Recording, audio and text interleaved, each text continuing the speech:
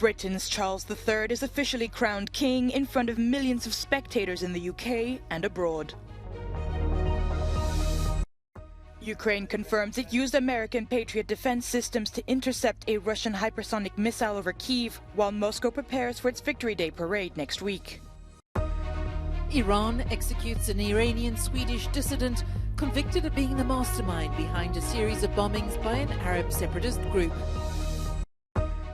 Hopes for progress in Sudan as representatives of the two warring parties meet for talks in Saudi Arabia. It's the moment he has been waiting for his entire life. Britain's King Charles III was crowned on Saturday at Westminster Abbey in London in a solemn Christian ceremony 8 months after the death of his mother, Queen Elizabeth II. The Archbishop of Canterbury placed the solid gold, jewel-encrusted crown of St. Edward on the 74-year-old monarch's head as the highlight of the ceremony.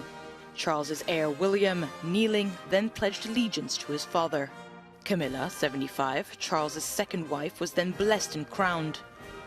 Finally, once the ceremony was over, the King and Queen left the Abbey to begin what is known as the King's Procession, where the royal couple made their way back to Buckingham Palace while saluting the cheering crowds.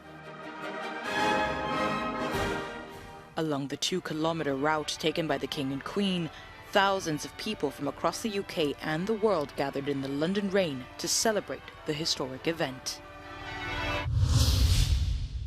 At least 19 environmental activists were arrested as they prepared to protest along the route of the coronation procession.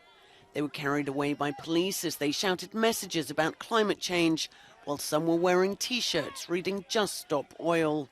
Several members of the anti-monarchy group Republic were also detained. They'd planned to hold placards and chant "Not My King." The group says police were informed in advance of the plans. The arrests have sparked widespread criticism that police are stifling free speech. Ukraine says it shot down a Russian hypersonic missile over Kyiv on Saturday using newly acquired American Patriot defense systems. This marks the first time the country has been able to intercept one of Moscow's most modern missiles. In a telegram message, a senior Air Force commander called it a historic event, saying they intercepted a Kinzhal missile on the night of May 4th. Further east, Ukrainian special forces have accused the Russian military of using phosphorus munitions to gain control of the city of Bakhmut. While Russian officials have not commented on the claim, they have rejected similar accusations from Kyiv in the past. Meanwhile, in Moscow, police presence was reinforced ahead of the annual 9th of May Victory Day parade, which commemorates Soviet victory over Nazi Germany in World War II. Iranian-Swedish dissident Habib Shahab last year attending the first hearing of his trial in Iran's capital Tehran on terrorism charges. On Saturday, the court announced he'd been executed by hanging. Shahab was sentenced to death earlier this year for allegedly masterminding a series of bomb attacks carried out by an Arab separatist group in the west of the country. This includes a 2018 attack on a military parade in which at least 25 people died.